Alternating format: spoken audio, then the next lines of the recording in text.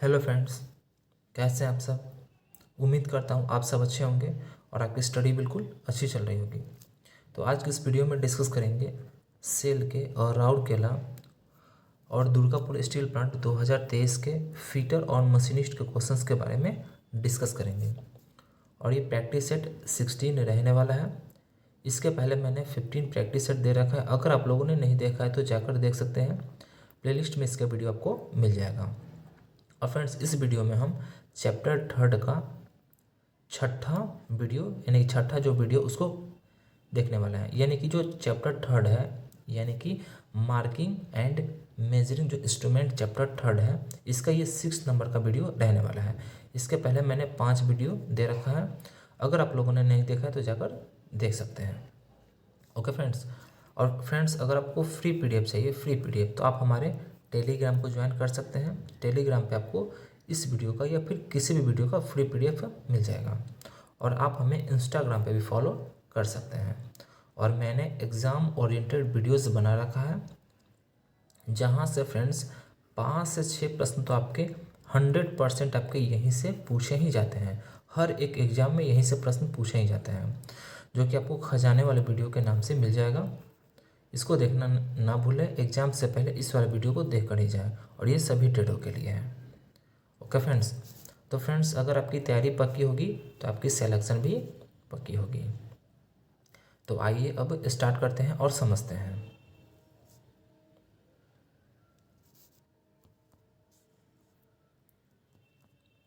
तो फ्रेंड्स, इसके पिछले वाले वीडियो में हम लोग 125 तक प्रश्न प्रश्न कर रखा है।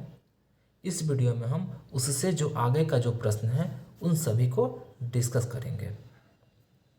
Okay friends. अगला क्वेश्चन है क्वेश्चन नंबर 126। लंबे शाफ्ट को भी ब्लॉक के सेट पर रखकर चिन्ह करना।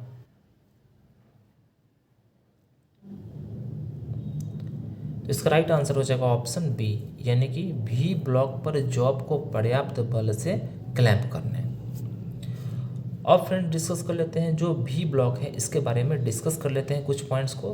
तो भी ब्लॉक का पहले देख लेते हैं उपयोग क्या है। तो गोल छड़ को मार्किंग और ड्रिलिंग करते समय होल्ड करने में हम भी ब्लॉक का प्रयोग करते हैं, यानी कि गोल जॉब को होल्ड करने में। इसका दूसरा पॉइंट क्या है, तो ये किस चीज़ का बना होता है, तो ये कास्ट आयरन का बना हुआ होता है तथा हार्ड की हुई जो स्टील जो होता है इससे बना हुआ होता है।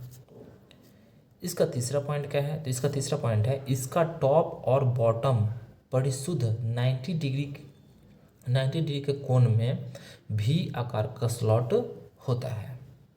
तो आई होप ये सभी पॉइंट्स आपको समझ में आ गया होगा। अगला क्वेश्चन है क्वेश्चन नंबर 127। भी ब्लॉक को ढलवा लोहे का बनाने का मुख्य कारण होता है।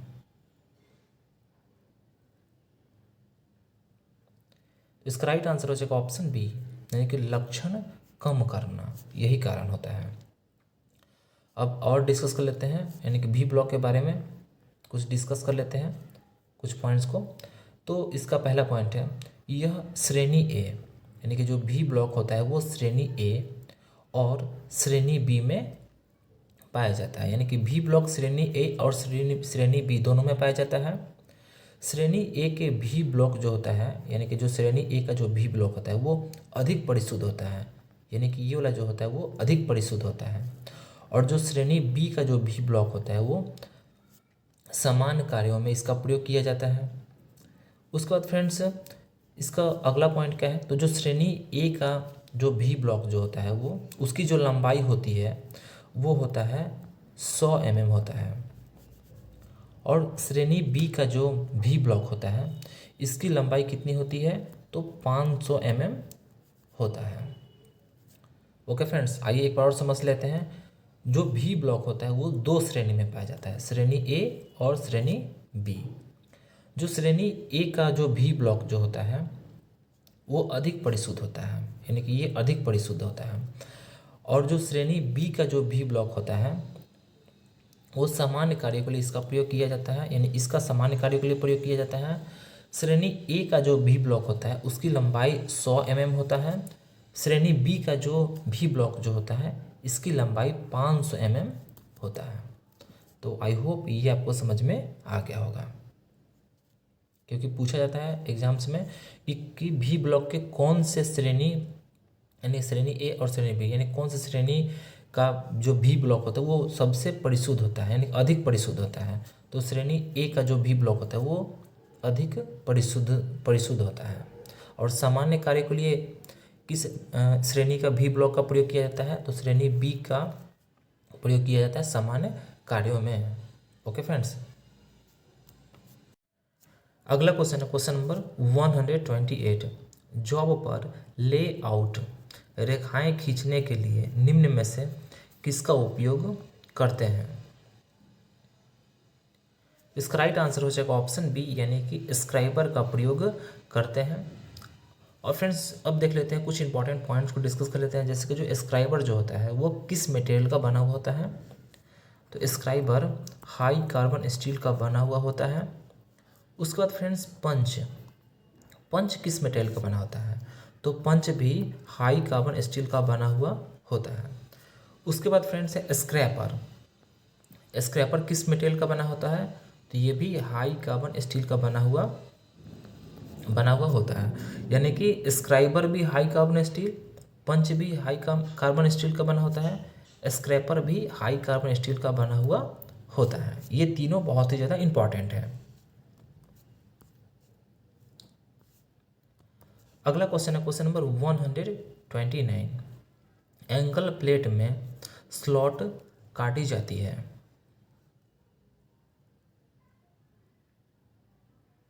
इसका राइट आंसर हो जाएगा ऑप्शन ए, यानी कि नट बोल्ट कसने के लिए, यानी कि जो एंगल प्लेट होता है इसमें स्लॉट नट बोल्ट को कसने के लिए इसमें स्लॉट काटी जाती है।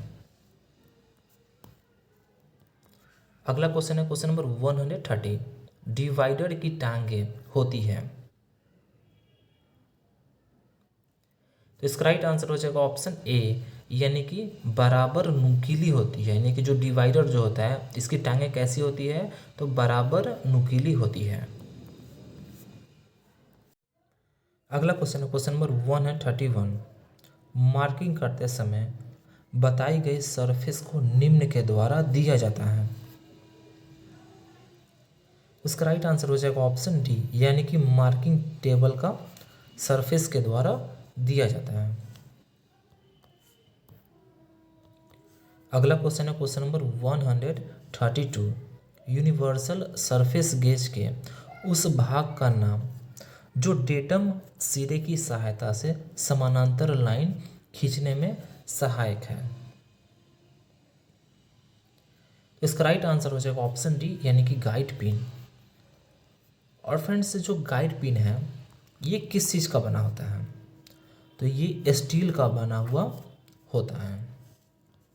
अगला क्वेश्चन है क्वेश्चन नंबर 133। पैरेलल ब्लॉक का प्रयोग निम्न में किया जाता है। तो इसका राइट आंसर हो जाएगा ऑप्शन डी, यानी कि वर्कपीस को क्षैतिज रूप में लगाने में किया जाता है। और फ्रेंड्स जो पैरेलल ब्लॉक जो है इसके बारे में कुछ पॉइंट्स को डिस्कस कर लेते हैं। जैसे कि इसका पहला पॉइंट है, यह ब्लॉक कार्बन स्टील का बना होता है। इसका दूसरा पॉइंट क्या है? तो जो पैरेलल ब्लॉक जो होता है वो दो प्रकार का होता है। कौन कौन सा होता है? एक जो होता है वो होता है ठोस पैरेलल ब्लॉक, दूसरा जो होता है वो एडजस्टेबल पैरेलल ब्लॉक होता है। अगला क्वेश्चन है क्वेश्चन नंबर 134। बी ग्रेड के वी ब्लॉक का मटेरियल है। तो इसका राइट आंसर हो जाएगा ऑप्शन बी, यानी कि माइल्ड स्टील। यानी कि जो बी ग्रेड का जो वी ब्लॉक जो होता है वो माइल्ड स्टील का बना हुआ होता है। अगला क्वेश्चन है क्वेश्चन नंबर 135। सरफेस प्लेट का मटेरियल है, यानी कि जो सरफेस प्लेट जो होता है वो किस मटेरियल का बना हुआ होता है? तो इसका राइट आंसर हो जाएगा ऑप्शन बी, यानी कि महीन कणों वाला जो ढलवा लोहा होता है इससे सरफेस प्लेट बना हुआ होता है। अगला क्वेश्चन है क्वेश्चन नंबर 136। निम्न में से कौन सी विशेषता ग्रेनाइट सरफेस प्लेट की नहीं है? तो इसका राइट आंसर हो जाएगा ऑप्शन सी, यानी कि स्क्रैच किए जाने पर बर बनते हैं। अगला क्वेश्चन है क्वेश्चन नंबर 137। ब्लॉक लेवल निम्न की चेकिंग के लिए प्रयोग करते हैं। तो इसका राइट आंसर हो जाएगा ऑप्शन ए, यानी कि वर्टिकल तथा हॉरिजेंटल अलाइनमेंट को चेक करने के लिए इसका प्रयोग किया जाता है। किसका? तो ब्लॉक लेवल का। अगला क्वेश्चन है क्वेश्चन नंबर 138। स्क्राइबर के पॉइंट का कोण होता है। तो इसका राइट आंसर हो जाएगा ऑप्शन डी, यानी कि 12 डिग्री से 15 डिग्री होता है। किसका? तो स्क्राइबर के पॉइंट का कोण होता है। अगला क्वेश्चन है question number 139। Universal marking block का कार्य है। तो इसका राइट आंसर हो जाएगा ऑप्शन सी, यानी कि समकोणता नापने के लिए यूनिवर्सल मार्किंग ब्लॉक का प्रयोग किया जाता है। अगला क्वेश्चन है क्वेश्चन नंबर 140। स्क्राइबर का कार्य है।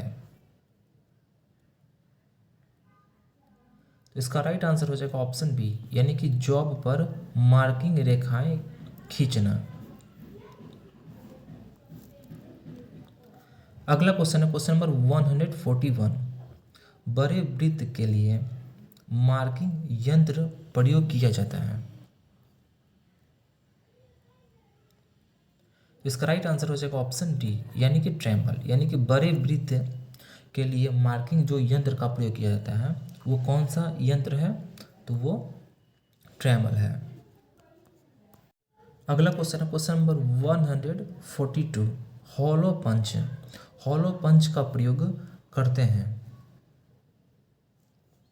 तो इसका राइट आंसर हो जाएगा ऑप्शन बी, यानी कि पतली सीट में से वाशर काटने के लिए हॉलो पंच जो होता है इसका प्रयोग करते हैं। अगला क्वेश्चन है क्वेश्चन नंबर 143। राउंड नोज छेनी यानी कि चिजल का कटिंग जो कोण जो होता है वो होता है। तो इसका राइट आंसर हो जाएगा ऑप्शन बी, यानी कि 35 डिग्री से 45 डिग्री होता है। किसका? तो राउंड नोज छेनी का कटिंग कोण होता है। अगला क्वेश्चन है क्वेश्चन नंबर 144। चित्र में किस प्रकार का वी ब्लॉक दर्शाया गया है, यानी कि ये जो चित्र जो दिया गया है ये किस प्रकार का वी ब्लॉक है वो आपको बताना है। तो इसका राइट आंसर हो जाएगा ऑप्शन बी, यानी कि सिंगल लेवल डबल ग्रुव, यानी कि सिंगल लेवल और डबल ग्रुव वी ब्लॉक का फिगर दिया गया है। अगला क्वेश्चन है क्वेश्चन नंबर 145। एंगल प्लेट बनाई जाती है, यानी कि आपको मटेरियल बताना है कि जो एंगल प्लेट है वो किस मटेरियल का बना हुआ होता है। तो इसका राइट आंसर हो जाएगा ऑप्शन डी, यानी कि कास्ट आयरन या कास्ट स्टील का बना हुआ होता है। कौन? तो एंगल प्लेट। अगला क्वेश्चन है क्वेश्चन नंबर 146।